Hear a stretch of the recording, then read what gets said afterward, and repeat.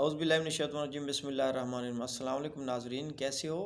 امید کرتا ہوں آپ خوش ہوں گے، اللہ آپ کو صحت دے۔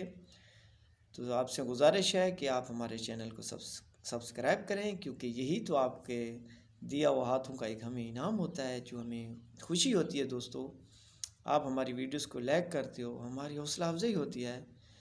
تو اگر آپ نے پہلے سے کیا ہوا ہے چینل کو سبسکرائب تو تھینک یو، اللہ آپ کو خوش رکھے، ہمیشہ خوشیوں میں آباد شاد رہو۔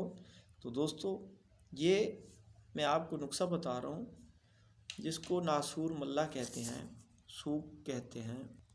جیسے کہیں چوٹ لگ گئی، زخم ہو گیا، پھر پٹیاں کرا تھک گئے ہیں تو وہ نہیں چھوٹ رہا، تو میرے بھائیوں، یہ ایک مرہم ہے، اس کو بنا کے وہاں پہ صرف 3 اکثر لوگوں کو، جن لوگوں کی ٹانگ ٹوٹ جاتی ہے، بازو ٹوٹ جاتا ہے، یا اس میں سریا لگواتے ہیں، اوپر زخم ہو جاتا ہے، اور وہ جہاں پہ سریا لگا ہوا ہے، اکثر کا مریض آتے ہیں تو اس کی وجہ سے پیپ ہو جاتا ہے، تو وہ زخم نہیں اندر سوکھتا نہیں ہے۔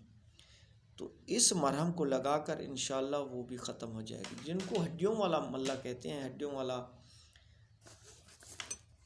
جن کو ہڈیوں والا پھوڑا کہتے ہیں کہ جی یہ ہڈیوں کو کھاتا ہے، تو ان کے لیے بھی یہ مرہم ایک لاجواب ہے۔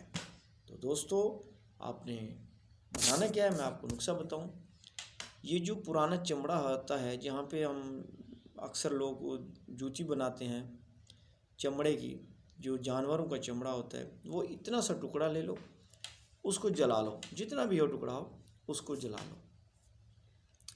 اس کی آپ نے مثال کے طور پہ 20 گرام وہ راکھ اکٹھی کر لی ہے، جو آپ نے چمڑا جلایا ہے، کسی برتن میں رکھ کے جلا لو۔ 20 گرام آپ نے قات سفید لینی ہے، یہ پنسار کی دکان سے عام مل جاتا ہے۔ 20 گرام سنگ جڑا لینا ہے، وہ بھی پنسار سے مل جاتا ہے۔ آپ نے ان کو دونوں کو کچے، اب قات سفید اور سنگ جڑا، اس کو پاؤڈر بنائیں، اس کو سفوف بنا کے اس راکھ، چمڑے کی راکھ میں مکس کریں، تو آپ کی پٹی تیار ہو گئی، مرہم تیار ہو گئی۔ چاہے شوگر کا زخم نہیں چھوٹ رہا، اس کو لگانے سے میں گارنٹی کے ساتھ کہتا ہوں شوگر کا زخم بھی چھوٹ جائے گا۔ تو آپ نے اس کو کرنا کیا ہے، اس کو شہد میں مکس کر کے اس کو مرہم بنا لو، ٹھیک ہے۔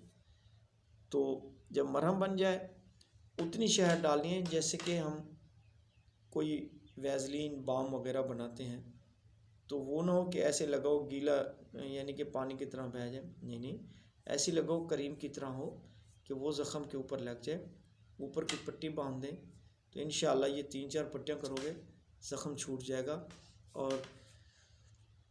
اور امید کرتا ہوں آپ میرے اس نسخے کو ضرور بناؤ گے۔ میں نیکسٹ ویڈیو میں ملوں گا آپ کو ایک نئی اور اچھا سا نسخہ لے کے۔ تب تک اللہ حافظ، اللہ خوش رکھے آپ کو۔